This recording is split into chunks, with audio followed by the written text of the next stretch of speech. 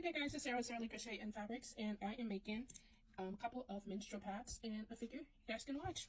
So what I have here, well, first you can go to a couple other videos and also check out my YouTube if you want more detailed, more like a tutorial. But what I have here, you will cut out the cord. This is the absorbing layer of the pad. This material is called Zorb. It's an American-made company. I typically get it online.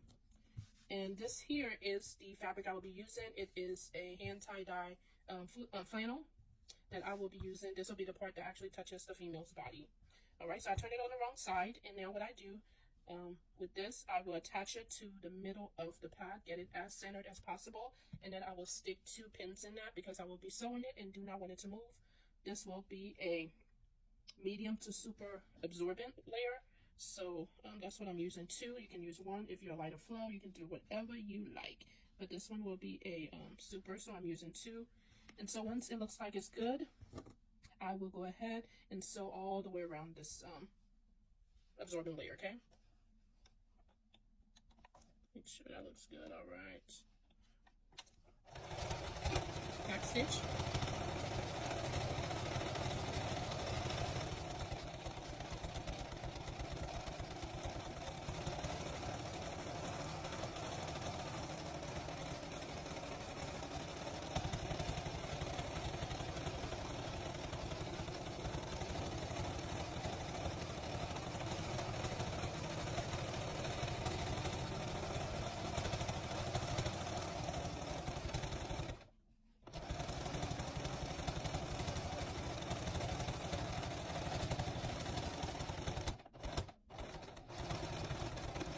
Also back stitch again, beginning and end. Alright, so you go ahead and cut your threads. I'm trying to use, I have this ball of threads that is pretty, it's a little bit on the spool, so I'm trying to use it up. But anyway, so I hope I don't run out of thread, but if I do, that's why. Alright, so this is how it looks like on this side. As you can see, it's just the outline of a typical pad, so we have that on there now. So now we have to sandwich it to make it the pad, okay? So with the pad, we will have several layers. So this material is called PUL. It is a liquid resistant layer. It does have a tiny bit of stretch on it, and this will prevent leakage for your pad. So you add that on there. And then this layer is fleece. If it does have a right side, you want it facing up on your fleece. So you would just match that up with the water resistant layer, and then now you have your topper layer and then your absorbent layer already attached, so you are matching that up and making sure everything looks matched up the best as possible. And then what you see, the line you see, is what I call a sew line, so you just want to make sure everything looks good on there.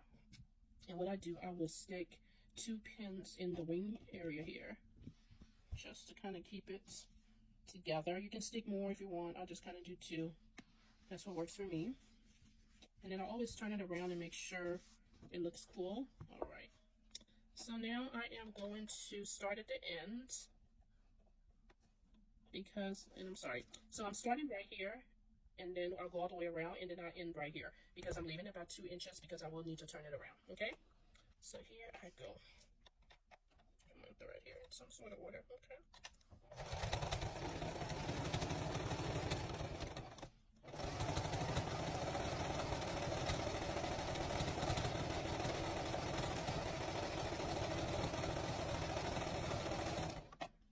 Try to keep on the sew line as much as possible. If you stray a little bit, it's not gonna be a big deal.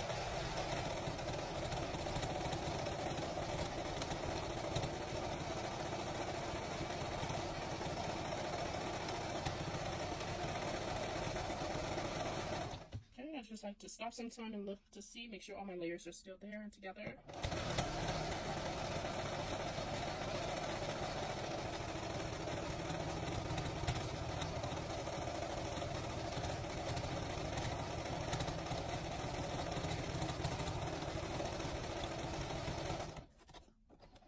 Okay, always back stitch, beginning and end. So let me clip these threads right here.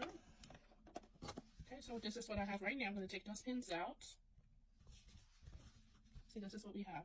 So I'm going to use these are called pinky shears. So this is where I sewed the beginning and the end, and I left this opening about 2 inches.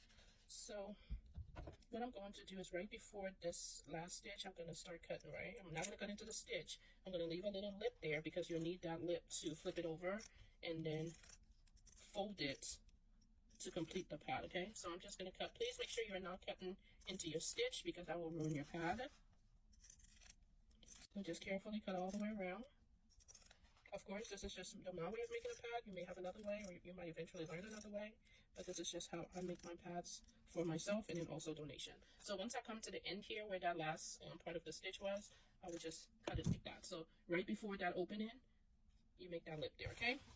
So we have that, so now it's time to flip the pad over. So when you flip it over, when you open this, you have all your layers. You want to make sure that you're flipping it between the top layer and the bottom layer, okay?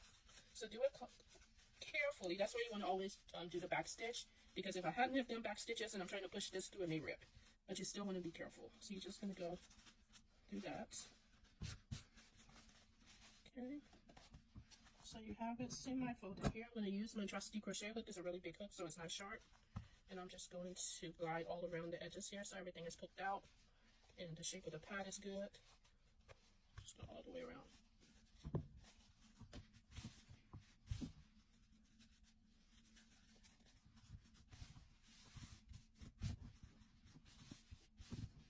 If you want, you can touch it up with a cotton over, with your iron, like put a little cotton over it. If you want to do the iron on it, I'm not going to do that. But you certainly can. It kind of just folds. You see how it was all like that, and then I just tucked it in and it just naturally went in the fold, right? So you just stick everything in there. All layers are now like that. And I'm going to sew it with burgundy. Hopefully you guys will be able to see that better instead of if I had used like a blue, because it really doesn't matter at the end of the day, but you can do whatever you want. All right, so where we have the lip folded here, I want to get as close to the edge as possible so that we can seal everything, okay? All right, definitely back stitch.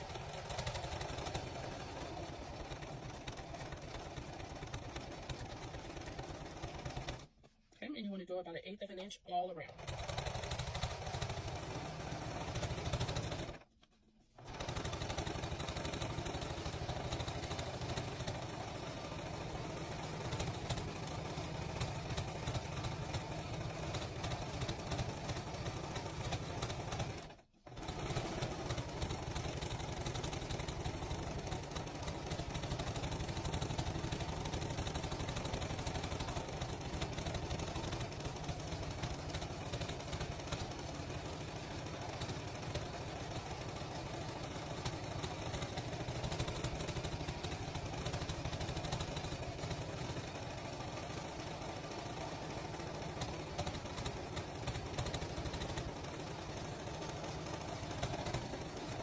Go ahead and backstitch when you return to where you originally started, and you will just trim everything off.